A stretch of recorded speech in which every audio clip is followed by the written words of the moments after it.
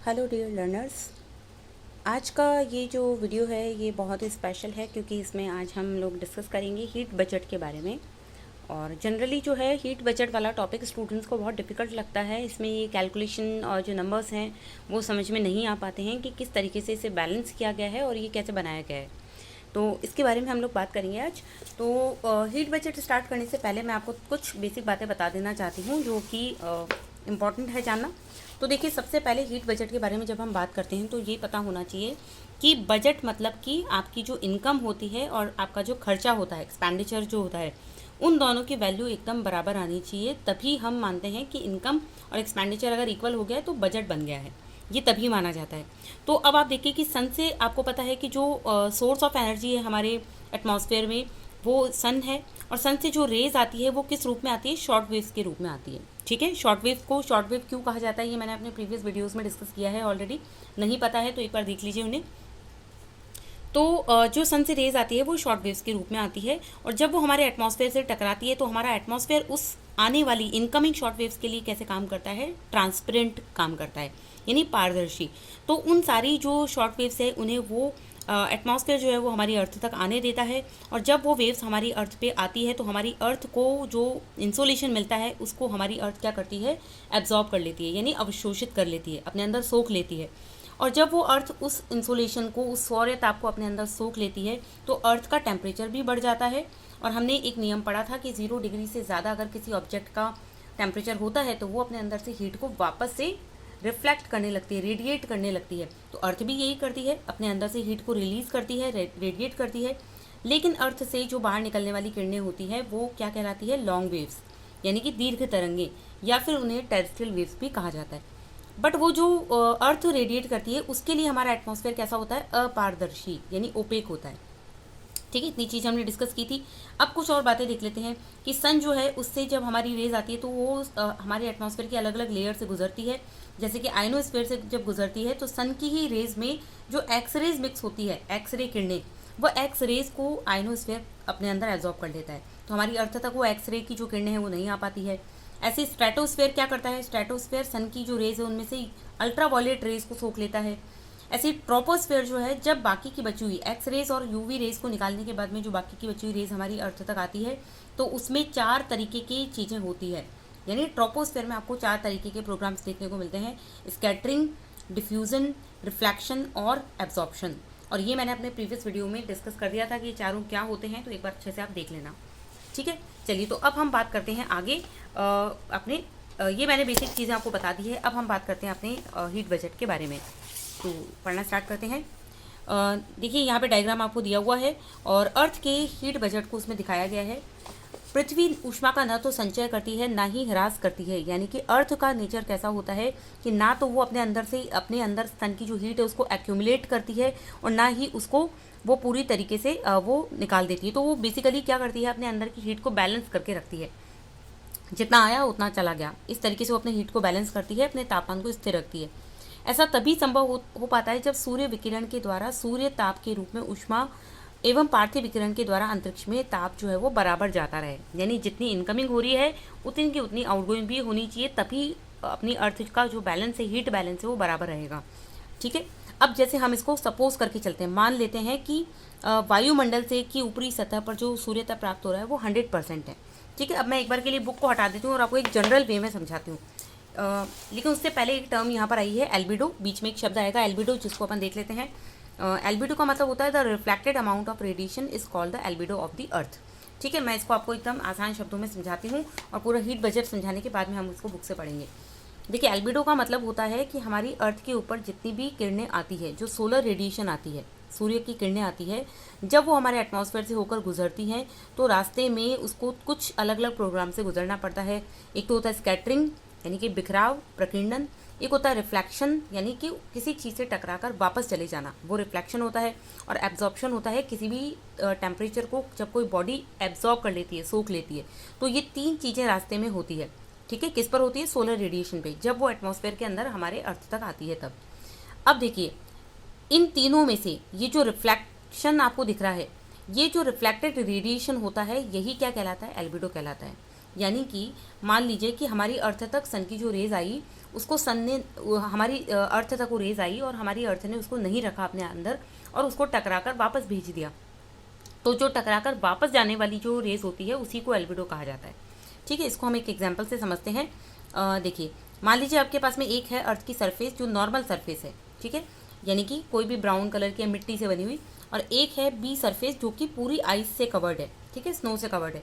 दो तरीके की सरफेस है।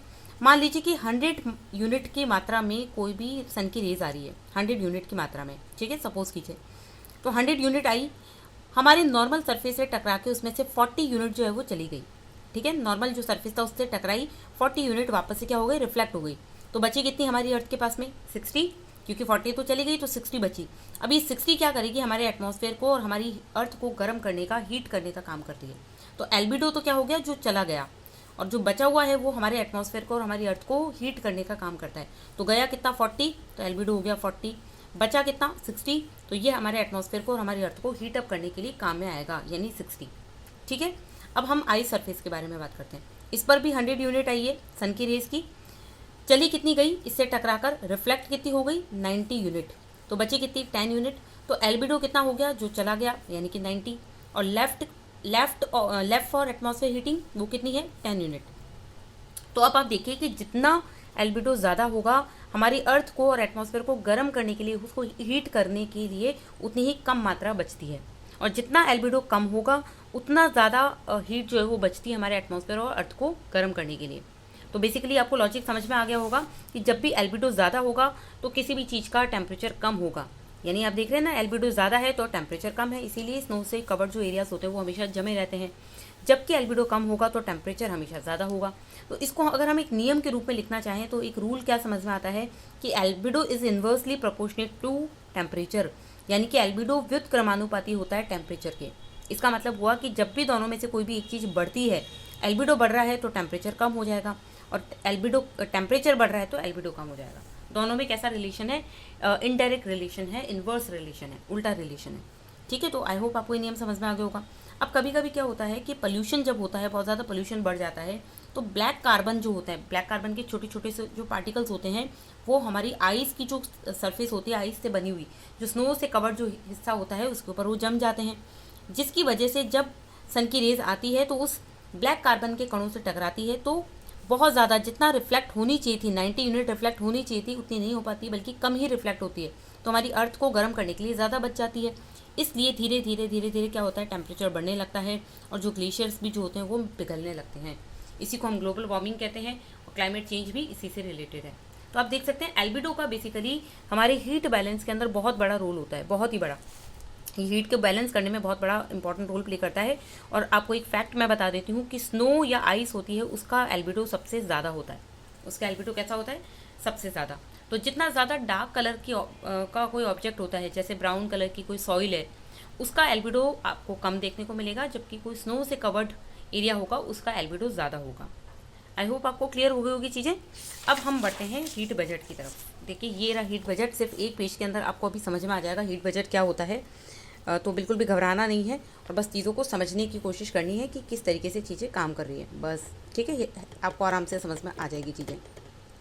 तो सबसे पहले हम देखते हैं कि देखिए, अज्यूम क्या करना है कि जो भी इनकमिंग हो रही है वो 100 यूनिट हो रही है, यानी सन से जो रेडिएशन आ रही है सोलर वेव्स के रूप में, वो हमें कितनी मिल रही है, 100 यूनिट मिल रही है। ठीक है, अब इस 100 यूनिट में से 35 तो क्या होगी, सीधी की सीधी चली जाएगी। आप यहाँ डायग्राम में भी देखते जाएं, आपको और चीज़ें क्लियर होती जाएगी। डायग्राम में भी देर का है, ये है इनकमिंग के लिए। आप देख रहे हैं 100 यूनिट जो यहाँ पे दी हुई है, ये 100 यूनिट हमारी अर्थ तक आ रही है, लेकिन अर्थ के ऊपर पहुँचने से पहले ही इसमें से 35 तो रास्ते में ही चली जाती है, रास्ते में ही गायब हो जाती है। कहाँ कहाँ, 3 जगह पे, रास्ते में 3 जगह पे ही चली जाती है 35 वाली यूनिट। 6 जो यूनिट होगी इस 35 में से, वो स्पेस के अंदर सीधे स्कैटर्ड हो जाएगी, यानी सीधे इनका प्रकीर्णन हो जाएगा स्पेस के अंदर ही, अंतरिक्ष में ही, ये अर्थ तक पहुँच भी नहीं पाएगी। तो 6 तो डायरेक्ट चली गई। 27 जो होगी वो रास्ते में क्लाउड्स वगैरह दिखेंगे आपको, बादल बादल होंगे, तो उन बादल से टकराकर फिर चली जाएगी।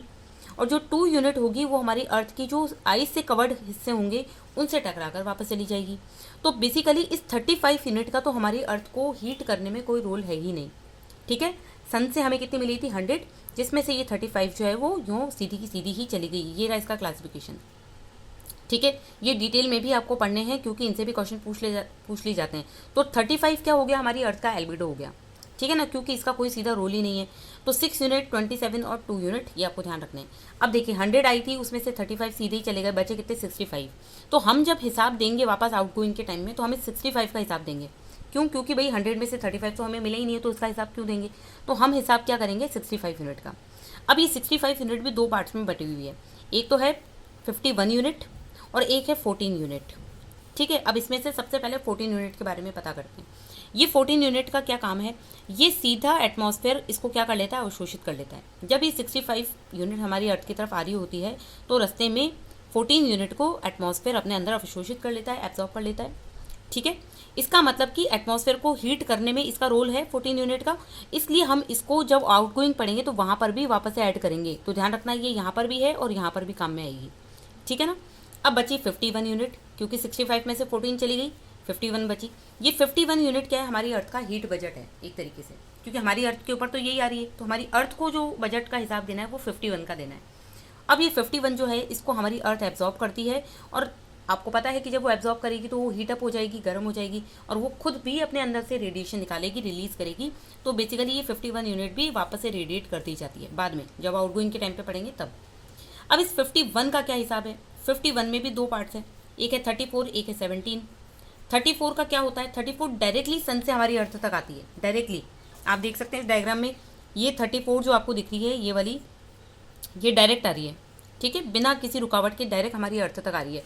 तो इस तरीके से 34 जो होती है ये यूनिट डायरेक्टली हमारी अर्थ तक आती है, और अर्थ इसको एब्जॉर्ब कर लेती है। ठीक है, एब्जॉर्ब कर लेगी तो रेडिएट भी करेगी वापस से। अब इसके बाद में आता है 17 की बारी। 17 यूनिट क्या होती है, ये डिफ्यूज लाइट से हमें मिलती है। डिफ्यूज लाइट क्या होती है, मैंने एक शब्द आपको समझाया था, डिफ्यूजन, यानी कि विसरण। विसरण का मतलब होता है ये स्कैटरिंग से रिलेटेड है। जब स्कैटरिंग हो रही होती है यानी कि प्रकीर्णन हो रहा होता है तो मैंने आपको छत वाला एग्जांपल दिया था कि आप अपने रूम में बैठे हैं और छत के ऊपर सन की लाइट आ रही है और छत से टकराकर वो वापस चली गई, तो वो तो हो गया स्कैटरिंग। लेकिन उसकी बहुत, आपको रूम में बैठे बैठे भी तो सन की लाइट दिखाई दे रही है, रोशनी दिख रही है, वो क्या है, वो डिफ्यूज लाइट है। तो डिफ्यूज लाइट बेसिकली हमें हमारी अर्थ तक जो मिलती है वो है 17 यूनिट। तो 51 का हिसाब हमने क्या दिया, 34 यूनिट तो हो गई जो डायरेक्टली मिली, और 17 का हिसाब हमने क्या दिया, ये हमें डिफ्यूज लाइट से मिली, यानी विस्तृत प्रकाश से मिली है। ठीक है, ये पूरा हो गया है इनकमिंग बजट का हिसाब। अब हमें इस पूरी 65 को वापस रिटर्न करना है। 65 में से 14 तो आप देख रहे हैं ना, एटमॉस्फेयर ने रस्ते में रख ली थी, तो इसका हिसाब तो पहले ही हो गया क्लियर। ठीक है, इसका हिसाब पहले ही हो गया। 14 यूनिट हमने सीधी की सीधी हमें मिली ही नहीं थी हमारी अर्थ तक, तो हमने 14 तो एटमॉस्फेयर में पहले ही दे दी। तो 65 में से 14 का हिसाब हमने दे दिया। ठीक है, 14 का हिसाब दे दिया। अब बचता है ये 51। इस 51 का हिसाब हम कैसे देंगे, ये 51 जो है वो उसको अर्थ रिफ्लेक्ट करती है। अब इसमें से 17 एंड 34 हम वापस से दो पार्ट्स में डिवाइड करेंगे, यही वाले दोनों। ठीक है ना, ये 34 वो थी जो हमारी अर्थ को मिली थी, तो हमारी अर्थ ने एब्जॉर्ब करके क्या करा था, उसको वापस भी तो करेगी, तो अर्थ वापस से अपने अंदर से निकालेगी तो डायरेक्टली स्पेस में चली जाएगी। ये 34 जो है ये एटमॉस्फेयर में चली जाएगी। ये वाली 34 जो है जो हमारी अर्थ ने एब्जॉर्ब की थी, ये डायरेक्ट एटमॉस्फेयर में भेज देगी हमारी अर्थ। और ये जो 17 हमें मिली थी डिफ्यूज लाइट से, इसको भी डायरेक्टली स्पेस में भेज दिया जाएगा। ठीक है, तो 34 और 17 का हिसाब दे दिया। लेकिन इस 34 को आपको और डिटेल में बताना पड़ेगा कि किस किस तरीके से ये 34 गई है। ठीक है, 3 तरीके से ये 34 गई है। एक तो 6 यूनिट, 9 यूनिट और एक है 19 यूनिट। 6 यूनिट जो है उसको एटमॉस्फेयर एब्जॉर्ब कर लेगा रास्ते में। ठीक है, 9 यूनिट जो है वो कन्वेक्शन करंट के थ्रू गई है, यानी संवहन धाराओं के रूप में।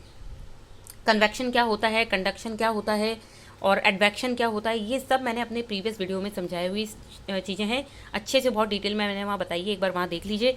इसीलिए मैंने आपसे कहा था कि अगर आपको हीट बजट समझना है तो भाई आपको प्रॉपरली वो चीज़ें पता होनी चाहिए। अगर नहीं देखा है आपने तो पहले उसको देखना फिर उसको पढ़ना। तो 9 यूनिट जो है वो कन्वेक्शन से चली गई, और 19 यूनिट जो है वो कंडेंसेशन यानी संघनन से चली गई। संघनन यानी कि जब संघनन के टाइम के अंदर एयर ऊपर उठती है स्काई की तरफ तो कंडेंसेशन होता है, तो कंडेंसेशन के थ्रू भी 19 यूनिट चली जाती है। तो 34 का 17 का हिसाब हमने दे दिया। अब देखिए हम इनमें इस पूरे में से एटमॉस्फेयर को कितनी मिली उसका हिसाब लगाएं। तो एटमॉस्फेयर को एक तो ये 14 मिली है, ये भी 14, और एक ये 34 मिली है, ये लिखिए यहाँ पे एटमॉस्फेयर वाली, तो ये 34 हमने इन दोनों को ऐड कर दिया तो मिल गई 48। अब 65 का हिसाब देना था तो 48 तो हो गई, बाकी की बची ये 17, ये 17 को भी आप इसमें ऐड कर दीजिए तो हो गई 65। तो 65 हमें मिली थी और 65 ही हमने वापस कर दी। तो ये हिसाब पूरा हो जाता है, इसी को कहते हैं हीट बजट। यानी इनकमिंग कितनी हुई और आउटगोइंग भी आपकी उतनी की उतनी ही होनी चाहिए। इस तरीके से दोनों बैलेंस हो गए हैं और हमारी अर्थ अपने आप को बैलेंस पोजीशन पे रखती है, ना ही उसका टेम्परेचर बढ़ता है ना ही घटता है। ठीक है, उम्मीद करती हूँ आपको समझ में आ गई होगी चीज़ें। अब थोड़ी सी कुछ बातें और देख लेते हैं। ये जो यहाँ पे है सब कुछ मैंने वही चीज़ें आपको समझाई है, इसको एक बार आप पढ़ेंगे तो क्लियर हो जाएगी। एक पॉइंट यहाँ पर लिखा हुआ है जिसको हम बोलते हैं